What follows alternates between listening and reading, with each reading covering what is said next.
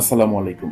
গোল.com এর মতে দরিবল জুনিয়রের শর্ট লিস্টে থাকতে পারে এমন কিছু খেলোয়াড়ের তালিকা প্রকাশ করেছে গোল.com। মূলত ২৬ জনের স্কোয়াড ঘোষণা করা যাবে এবারের কোপা আমেরিকায়।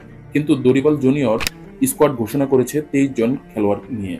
তাই ব্রাজিল স্কোয়াডে বাকি ৩ জন কে হতে পারে সেটা নিয়ে ব্রাজিল ফ্যান থেকে শুরু করে পুরো ফুটবল বিশ্বেই আলোচনা চলছে। দরিবল জুনিয়রের বাকি ৩ জন নিয়ে গোল.com এর সেই প্রতিবেদন নিয়ে আলোচনার পূর্বে আমি যেটা মনে করছি সেটা নিয়ে কিছু কথা বলতে চাই। আমার কাছে মনে হচ্ছে দরিবল জুনিয়রের বাকি ৩ জনের নাম প্রকাশ করবে তার জন্য সময় নিচ্ছে, কারণ এখনো ইউরোপীয় ক্লাব ফুটবল চলছে এবং দরিবল জুনিয়র অ্যাড্রেস করার চেষ্টা করছে তার এই স্কোয়াডে ল্যাকিংস কোথায়। আরো ভালো করে বুঝিয়ে বললে এই স্কোয়াডে একটু তথাকথিত কম শক্তিমত্তার সাইড কোথায় সেটা নিয়ে হয়তো ভাবছে দরিবল জুনিয়র। সেখান থেকে আমার মনে হচ্ছে মিডে দরিবল জুনিয়র খেলোয়াড় ডাকবে।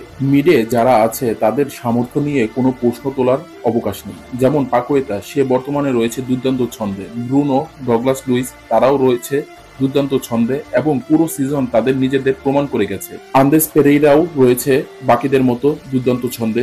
জো গোমেজও ভালো করেছে তার ক্লাব পারফরমেন্সে এবং যাদের ইতিমধ্যে ডাকা হয়েছে সবাই কিন্তু রয়েছে ভালো ফর্মেও। শুধু দরকার একজন অভিজ্ঞ খেলোয়াড়, আর সেটা হতে পারে ক্যাসিমেরো। কিন্তু বর্তমানে ক্যাসিমেরোর ফর্ম ভালো না।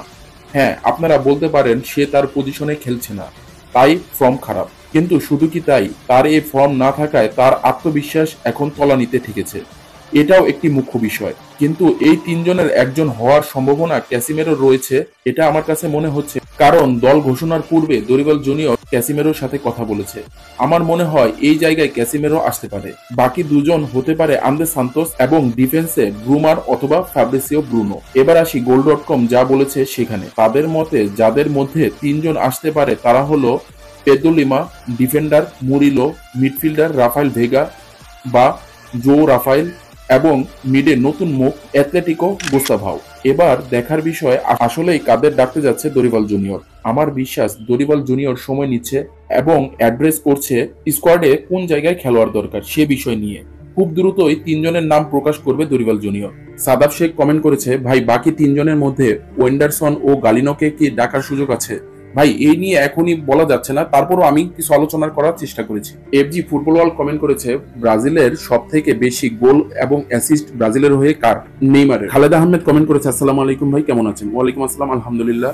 ভাই আপনি ঠিক বলেছেন, আমি আপনার সাথে একমত। নতুনদের এখনই সময় গড়ে তোলা। আয়শা ফারজানা কমেন্ট করেছে, ভাই এন্ড্রিকের খবর কি? কোপা আমেরিকায় না থাকলে কোপা আমেরিকার দেখার ইচ্ছা কমে যাবে। এন্ড্রিক অবশ্যই কোপা আমেরিকা খেলবে। এমডি সোহেল রানা কমেন্ট করেছে, জি ভাই ঠিক বলেছেন, এই স্কোয়াড নিয়ে ভালোভাবে কাজ করলে ২০২৬ বিশ্বকাপে ভালো কিছু করতে পারবে ব্রাজিল। শুভকামনা রইল। ঠিক বলেছেন, আমি আপনার সাথে সম্পূর্ণ একমত। জে আই হারুন কমেন্ট করেছে, আসসালামু আলাইকুম ভাই।